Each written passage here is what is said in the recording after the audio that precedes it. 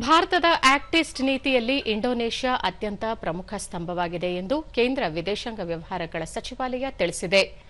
ಭಾರತ ಪ್ರವಾಸದಲ್ಲಿರುವ ಇಂಡೋನೇಷ್ಯಾದ ವಿದೇಶಾಂಗ ಸಚಿವ ಸುಗಿಯೋನೋ ಅವರು ದೆಹಲಿಯಲ್ಲಿ ನಿನ್ನೆ ವಿದೇಶಾಂಗ ಸಚಿವ ಡಾ ಎಸ್ ಜೈಶಂಕರ್ ಅವರೊಂದಿಗೆ 8ನೇ ಭಾರತ ಇಂಡೋನೇಷ್ಯಾ ಆಯೋಗದ ಸಭೆಯ ಜಂಟಿ ಅಧ್ಯಕ್ಷತೆ ವಹಿಸಿ ಮಾತುಕತೆ ನಡೆಸಿದ ಬೆನ್ನಲ್ಲೇ ಸಚಿವಾಲಯ ಈ ಹೇಳಿಕೆ ನೀಡಿದೆ.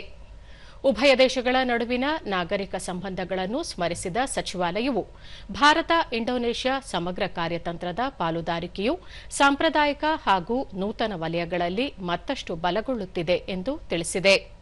ಈ ಉನ್ನತ ಮಟ್ಟದ ಸಭೆಯಲ್ಲಿ ನಾಯಕರಿಬ್ಬರು ದ್ವಿಪಕ್ಷೀಯ ಬಾಂಧವ್ಯವನ್ನು ಪರಾಮರ್ಶಿಸಿದರು.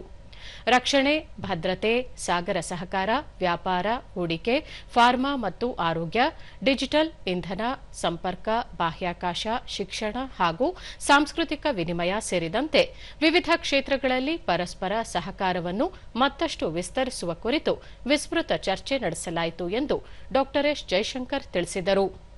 2025ರ ಜನವರಿಯಲ್ಲಿ ಇಂಡೋನೇಷ್ಯಾದ ಅಧ್ಯಕ್ಷ ಪ್ರಬೋವೋ ಸುಬಿಯಾಂಟೋ ಅವರು ಭಾರತಕ್ಕೆ ಭೇಟಿ ನೀಡಿದ್ದ ಸಂದರ್ಭದಲ್ಲಿ ಪ್ರಧಾನಿ ನರೇಂದ್ರ ಮೋದಿ ಅವರೊಂದಿಗೆ ನಡೆಸಿದ ಮಾತುಕತೆಯು ದ್ವಿಪಕ್ಷೀಯ ಬಾಂಧವ್ಯಕ್ಕೆ ಹೊಸ ವೇಗ ನೀಡಿದೆ ಎಂದರು.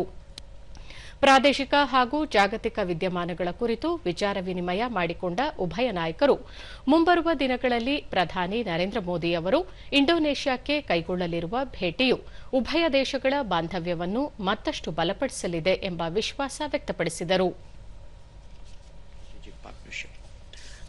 Today I look forward to extensive discussions with you, covering the full spectrum of our bilateral cooperation from political to defense and security, maritime, trade and investments, health and pharmaceuticals, food security, as well as tourism, education and cultural cooperation. I have with me senior colleagues from various departments who have each one of them monitored their particular vertical. So I look forward to proceeding on the agreed agenda, and I would request you for your opening remarks.